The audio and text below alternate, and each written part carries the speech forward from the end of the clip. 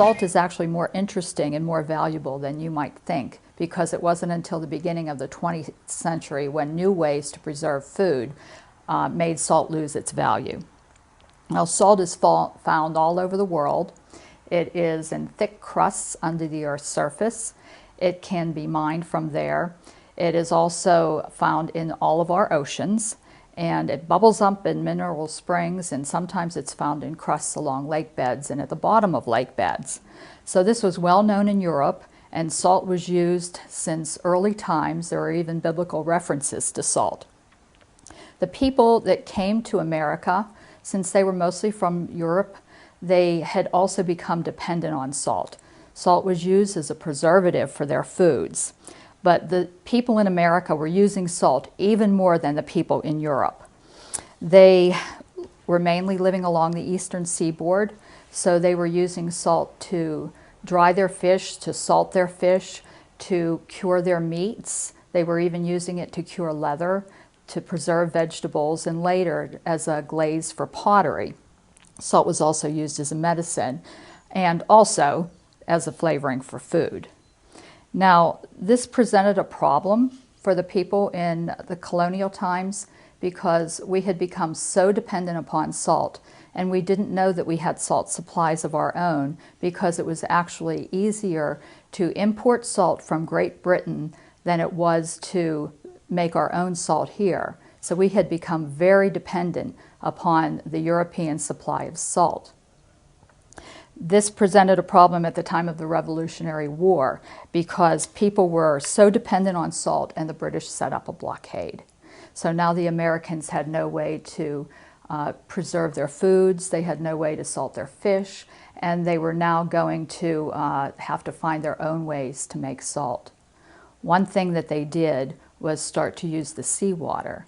Now, this provided a lot of salt because that was a readily available source, but they were having to burn tremendous amounts of wood just to be able to boil enough seawater to make 1 bushel of salt. It took about 400 gallons of boiled seawater to make 1 bushel of salt, and a bushel is about 50 pounds.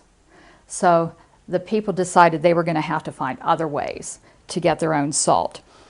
Now, there was a Jesuit missionary priest from France, and he was serving the Onondaga Indians in the New York area.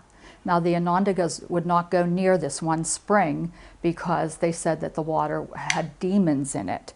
They would use that sometimes as for their wounds as a medicine, but they would never drink it. But this Jesuit priest, Father Simon Lemoyne, he knew that this was really a salt spring, and they had basically struck gold. So he had this water made into salt, and it was taken to Quebec, and they said that it was comparable to the salts that they were bringing over from France. And so this became America's new salt supply. When people started going over the mountains to the west, they needed to have salt. They needed salt to preserve their foods, just like they did when they were living back east. And salt was so expensive. It was expensive to bring anything over the mountains to the west.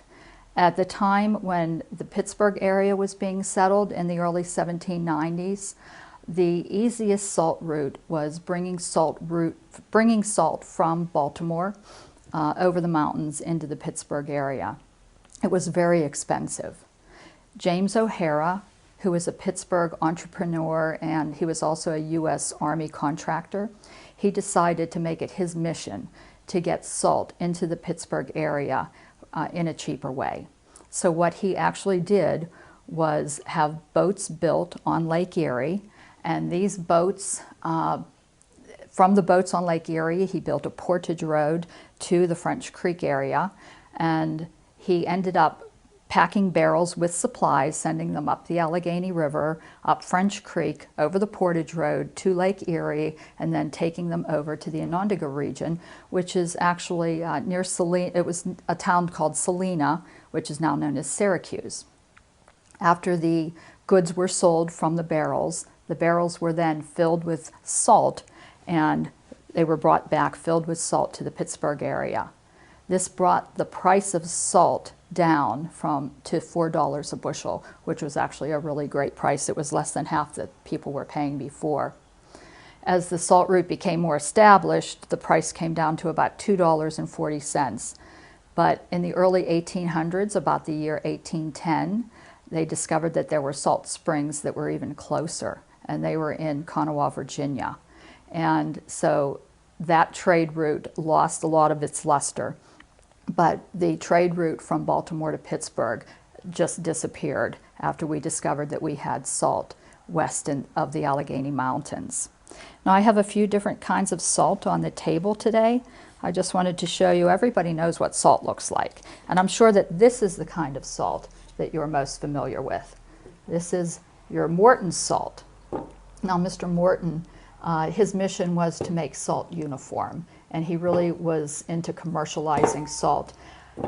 He wanted his salt, no matter where it came from, whether it was sea salt or mine salt, to all look the same. So he began adding a chemical called magnesium carbonate. And eventually they started adding something else, but it made the salt flow. So this is really old salt. Let's see if it still works, because I have not checked it out. And it does. His motto was, when it rains, it pours. And that it did. He said you could look at his salt under a microscope and all the uniform crystals would be uniform. You wouldn't be able to tell where it came from. Now, I have on the table here some flake salt that is actually a mined salt. And I also have two salts that are sea salts. This salt over here is a gray sea salt, and it comes from France. And you can see how this salt actually looks kind of moist. Sea salts are moist. And then this is a sea salt from America, and you can see that this has been better processed. This is a modern sea salt. It was important for people to keep their salt dry, because until Mr. Morton added chemicals to the salt, it would clump up very easily. So people had a variety of containers to keep their salt in. This one is actually made out of horn, and it's called a salt. This would often be hung near the fireplace in the kitchen so that the heat would also help keep the salt dry. But you can see that we have a little salt left in here. Now, if this were colonial times, I would not just be pouring salt everywhere, because it was that valuable that people actually were very conscious of how they used their salt. This is another horn salt. This is just a pottery salt cellar with a lid on it made of leather, and you can see that this salt has already clumped up a little bit.